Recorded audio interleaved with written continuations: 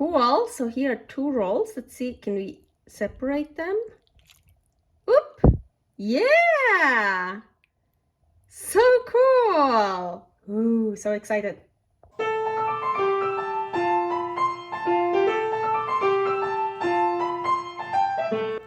Carnivore Girl's Creative Carnivore Kitchen. No plants, no dairy, the next level cooking show. Carnivore recipes with meat, fish, seafood, eggs, gelatin, flavored seltzer, water, and salt. From super easy to complicated, from quickly done to many hours in the kitchen.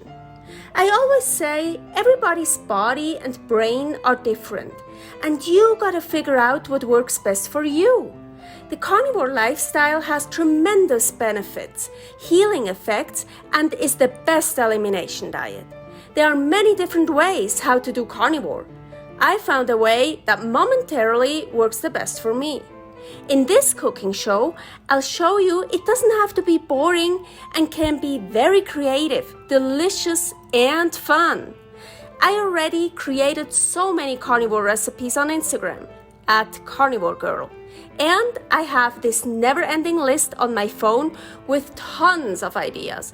My brain is a gift and a curse. Have fun with this episode.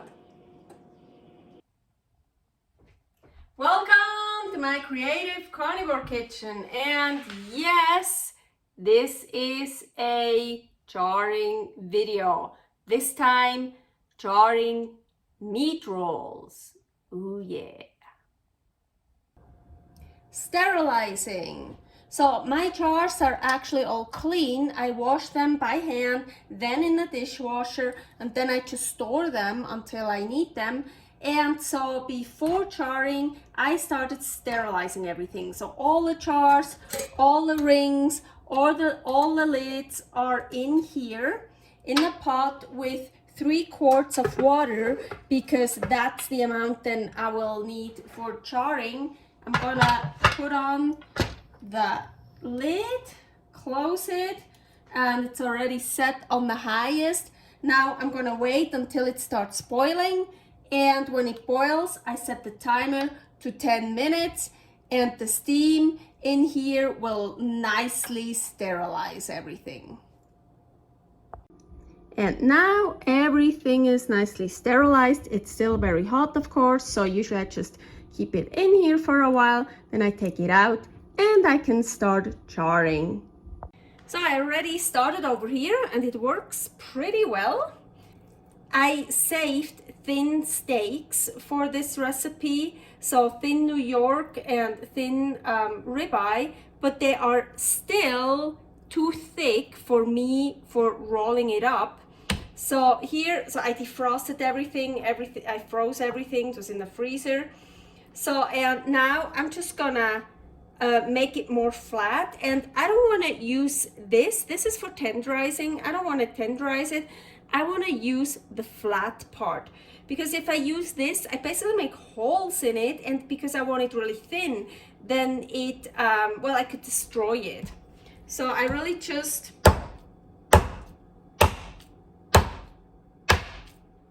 smash on it.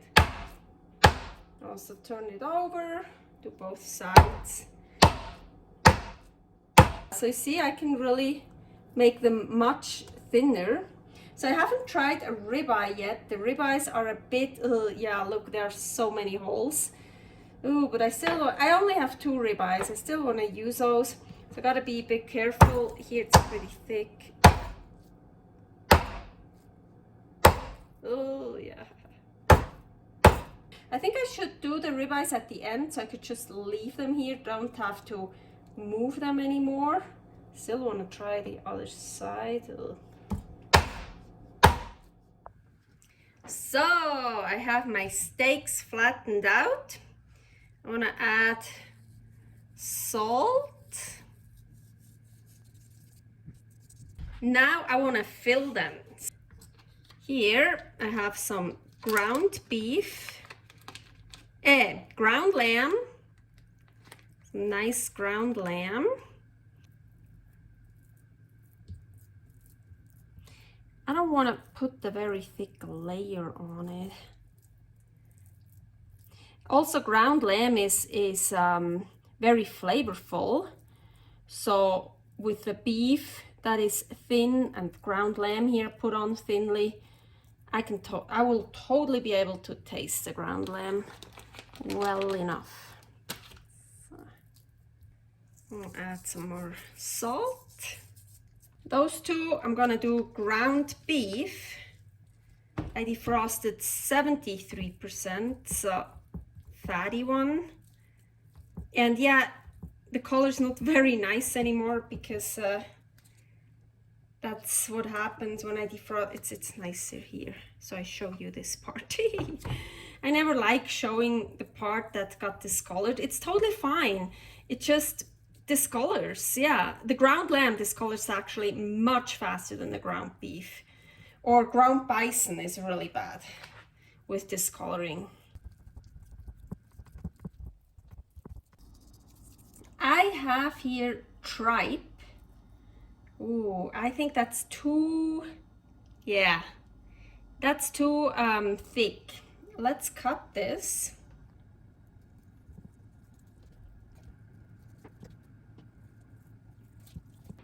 Okay, I have some thinner pieces. I should have cut it when it was still frozen, would have been much easier. But,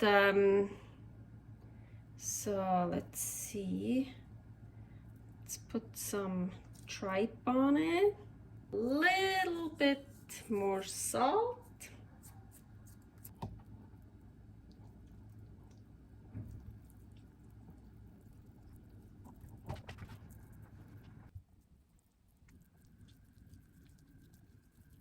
Man, I am so mad. So we had 2 packages of prosciutto. One is already gone, and that was really bad because, well, no, the prosciutto is good, but it was like falling apart. And here, look, these 2 slices, they look awesome. That's exactly what I need because I want to wrap my rolls in prosciutto. But here underneath, I have this bullshit again. And I can't really wrap it with those that fall apart. Yeah, look at this. That is, yeah, that's really shitty. So I hope, I don't have any other prosciutto in the house right now, so I need to use this. And by the way, prosciutto, real prosciutto, just pork and salt, nothing else. So I hope I can get some, yeah, look at that. Fuck, this is so annoying because most times when I use prosciutto, I needed to wrap stuff. So yeah, oh man, this really sucks. I think I have some I can work with. I have more like this, so that works. But so yeah, these are the nice ones. It depends, yeah, what you want and how big your rolls are. Like this here, I would say just 1 is enough. So I'm just gonna,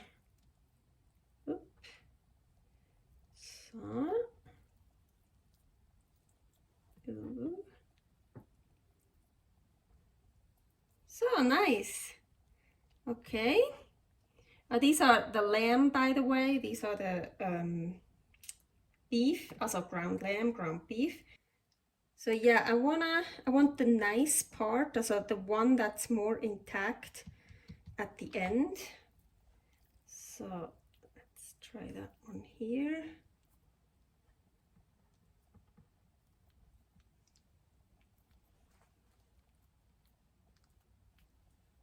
Ooh, nice one.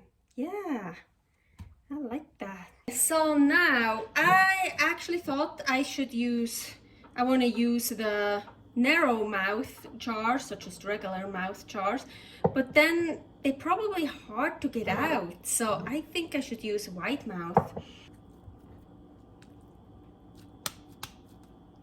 Okay.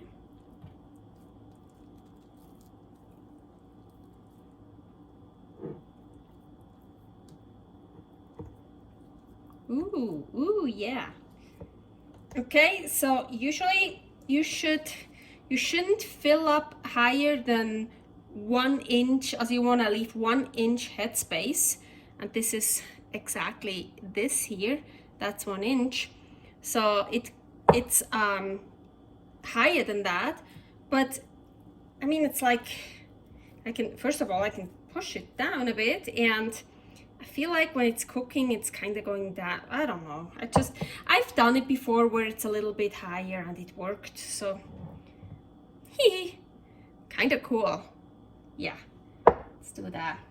I should do 1 beef and 1 lamb. Oh man, haha, do you see this? No prosciutto, I forgot. Okay, I have to wrap that in prosciutto. I have more, that's good. Okay, so what I did is, this is like 1 lamb, 1 beef, as a ground lamb, ground beef, and New York steak, here the same. Then here I have 2 New York ground beef in it.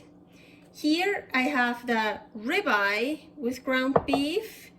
Here I have the ribeye with ground lamb, and here just the last one, ground lamb, New York. So now there's already salt in it.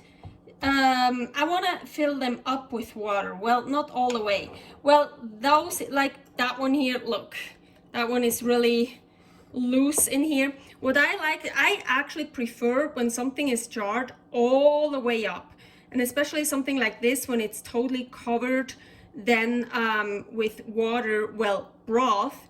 So this is raw meat. This has a lot of water too, so I don't have to fill it up until the rim here, because this will also give out a lot of water. But honestly, I don't know, I always do it by feeling. This one I feel, because there will be so much broth, I want to add more salt. I'm a salty person anyways, and usually the jars that I open, they're always not salty enough for me. Well, I can always add more salt.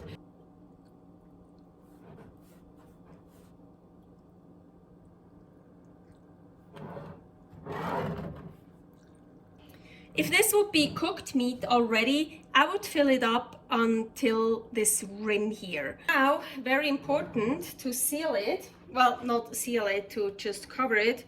I have here a fresh towel. This end here is damp, so I'm gonna clean this. And then here, dry part, clean it again to really get everything clean and like all the salt away.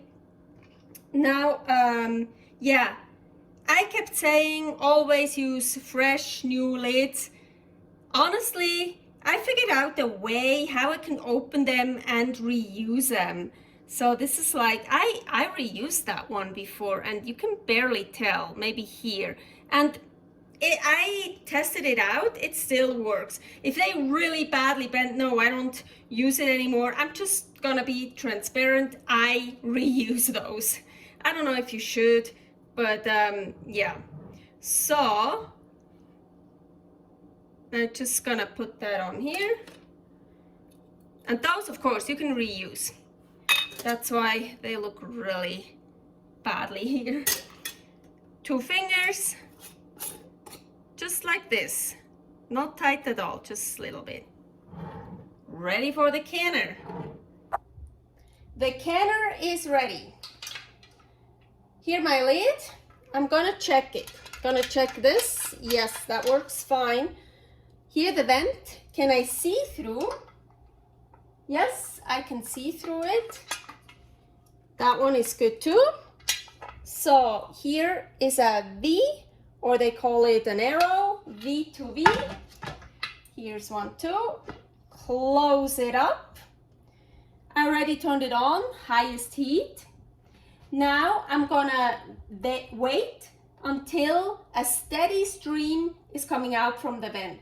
First it's just like but once it's really steady, I'm gonna turn on my clock for 10 minutes, my timer. So the 10 minutes are over.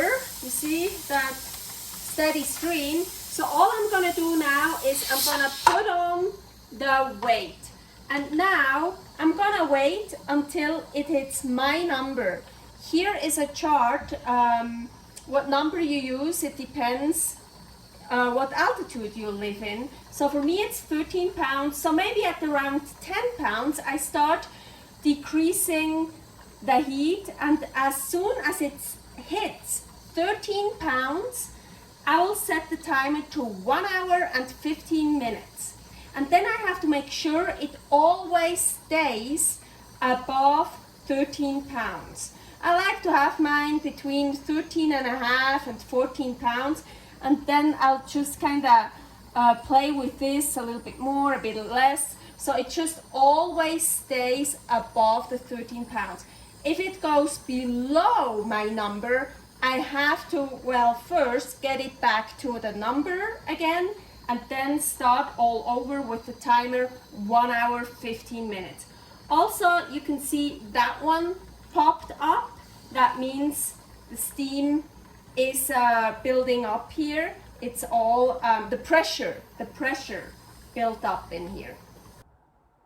So after 75 minutes, having the gauge always at least 13 pounds, I turned off the stove and I slowly, carefully put that away from the hot stove. So I just left it here and I waited until the gauge is at 0. And this one here, you remember that one that popped up, that went down now all by itself. So, and now all I'm gonna do is taking off the weight, and now I'm gonna wait 10 minutes. And after those 10 minutes, I'm gonna open up the lid, and careful, because still a lot of hot steam will come out. So I will just open it like this. And then I'm gonna wait another 10 minutes. And then finally, I will take the jars out with this here, put it on my cutting board over here, and just leave it here overnight and deal with the rest tomorrow, the next day. Here they are, and I already did some work, so I left that one for you guys. So what I've been doing now, the day after ring off, very important. So, because you want to see if we got a good seal. First, then I clean it everywhere, also here between the rims, especially on top here, because I want to write on it. I will have to clean that better, but for right now. So now the seal test. So the seal test worked well here. They're all perfectly sealed. So I hope that one too, the one I want to show you. I'm doing the seal test only 2 times. Once now after jarring, and once before I eat them to see if it's still perfectly sealed. Yes, and then I open it up. The seal test, here you see the jar. I want to hold on to just the lid, not the jar, not these, just the lid with 2 fingers. I'm a little bit scared. I'm always scared, but somehow I feel like that one is not perfectly sealed. So yeah, just the lid. Yeah, you see? Oh my gosh, I knew it. I felt it when I was cleaning it. I can't believe it. All the other ones sealed perfectly, but you know what? It's actually not bad at all, because then I have one already open to eat, and I can film it to show you. So anyways, I'm gonna do something now that I usually don't like doing. I'm gonna do another seal test just to do it, just to show you a second one. So here, just the lid, perfectly sealed. Okay, and then I write what it is and the date when I made it. So that one I don't have to write on it. So Anyways, oh, I'm actually excited. I'm super hungry, so hey, let's try that. Oh, look. Usually I eat out of the jar, but I thought those rolls, I want to take them out from the jar. So, haha, cool. So here are 2 rolls. Let's see, can we separate them? Oop. Yeah. So cool. Ooh, so excited. Oh, I just got such a nice thumbnail picture. Wow, so cool. I'm so glad actually that happened. So I have a nice picture so I can try it right now. Ooh, oh yeah, I have no idea which one is the lamb, which one is the beef. Well, ground lamb, ground beef. But hey, and it really, the prosciutto, it looks so beautiful. Look, like it's wrapped nicely. Of course, now it's all holding together. Well, oh, okay. Agüita. Yeah, let's put that away.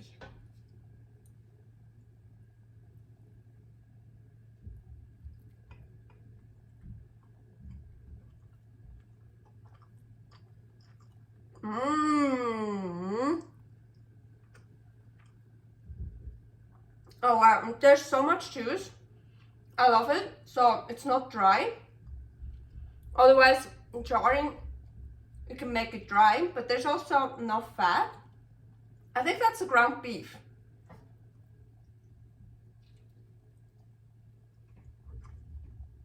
Oh yeah, this is the ground lamb. Mmm, it's actually good.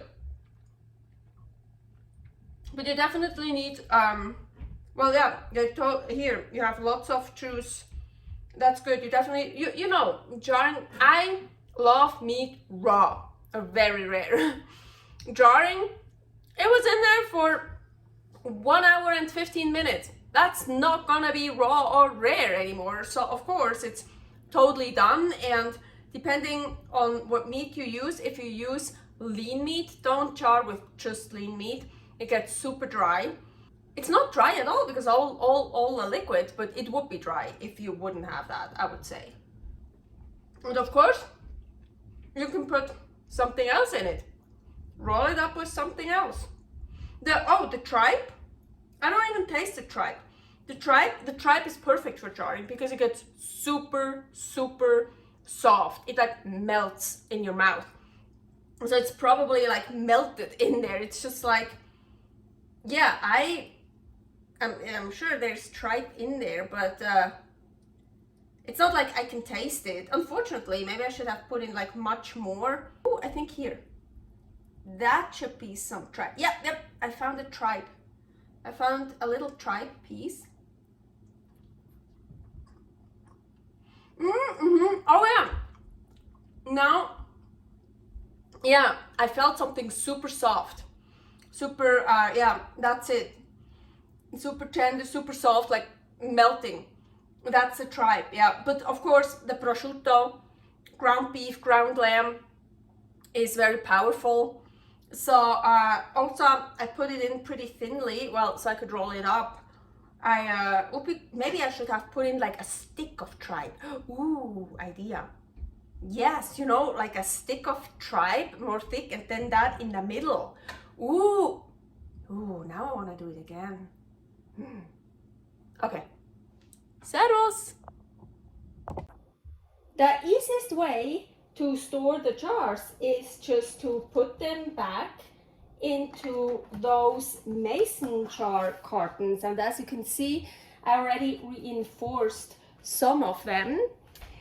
And they say you can store up to 3 on top of each other, but I don't feel comfortable like that. I always just store 2 on top of each other. That's totally fine. You should never store the jars right directly on top of each other, but like this, it's totally fine. The weight is distributed throughout all the jars.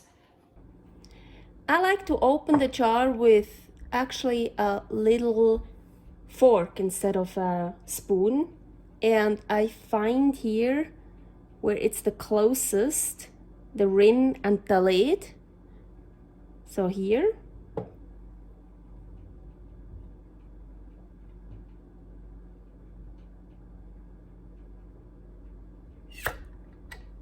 And open. Thanks for watching. If you try out this recipe, please tag me and let me know how you like it. Subscribe, share, like, comment, follow me on Instagram @karnivorgirl.